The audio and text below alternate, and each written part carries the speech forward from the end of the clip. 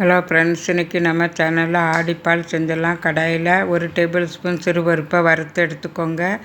அது கூட 1 table spoon பச்சரிசியை போட்டு கழுவி எடுத்துக்கோங்க. தண்ணி விட்டு ஒரு மணி நேரம் ஊற வச்சுக்கோங்க. 1 கப்பு தேங்காய் எடுத்திருக்கேன்.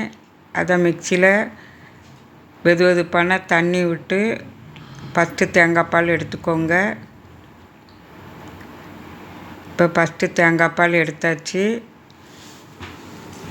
அந்த சக்கையை திரும்பி மிக்சியில் போட்டு 2வது தேங்காய் பால் எடுத்துக்கோங்க.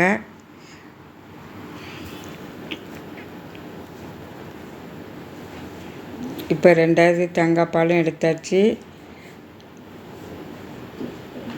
இப்போ முதல் தேங்காய் பால், 2வது தேங்காய் பால், 3வது தேங்காய் பாலும் எடுத்தாச்சு. அரிசியும் பருப்பு நல்லா ஊறிட்டு தண்ணியை இருத்துட்டு மிக்சியில் போட்டுக்கோங்க. 3 ஏலக்காய், 1 டேபிள் ஸ்பூன் தேங்காய் போட்டு தண்ணி விட்டு நைஸாக அரைச்சிக்கோங்க. 1 கப்பு வெல்லம் எடுத்திருக்கேன். இப்போ அரிசியும் பருப்பு நல்லா நைஸாக அரைச்சாச்சு. ஒரு பாத்திரத்தில் வெல்லத்தை போட்டு 1/4 கப்பு தண்ணி விட்டு பாகு காய்ச்சி எடுத்துக்கோங்க. இப்போ ஒரு கடாயில் அரைச்ச விழுது 2வது 3வது தேங்காய் பாலை விட்டுக்கோங்க. இப்போ அடுப்பை ஆன் பண்ணிக்கோங்க.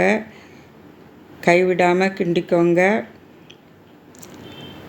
இப்போ ஒரு லேசாக கட்டி பருவத்துக்கு வந்தாச்சு. இது கொதிக்கட்டும்.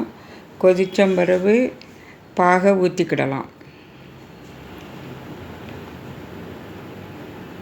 இப்போ நல்லா மிக்ஸ் பண்ணிக்கோங்க.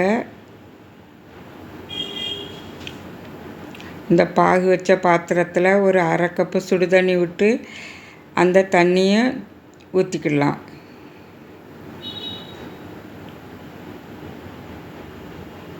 இப்போ இது நல்லா கொதி வரட்டும். நல்லா கொதிச்சாச்சு. ஃபஸ்ட்டு தேங்காய் பால் விட்டுக்கோங்க.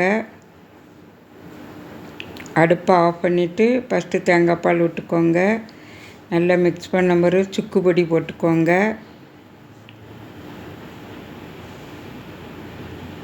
இந்த தேங்காய் பால் குடிக்கிறதுக்கு அவ்வளோ டேஸ்ட்டாக இருக்கும்.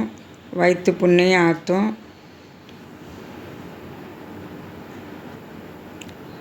இப்போ சுவையான ஆடிப்பால் ரெடி. இதுக்கு ஒரு தாளிசம் விட்டுறலாம். கடாயில் 2 டேபிள் ஸ்பூன் நெய் விட்டு முந்திரி திராட்சையை வறுத்து அந்த ஆடிப்பாலில் விட்டுக்கோங்க. ஆடிப்பால் ரெடி. வீடியோ பார்த்ததுக்கு நன்றி. வாழ்க வளமுடன்.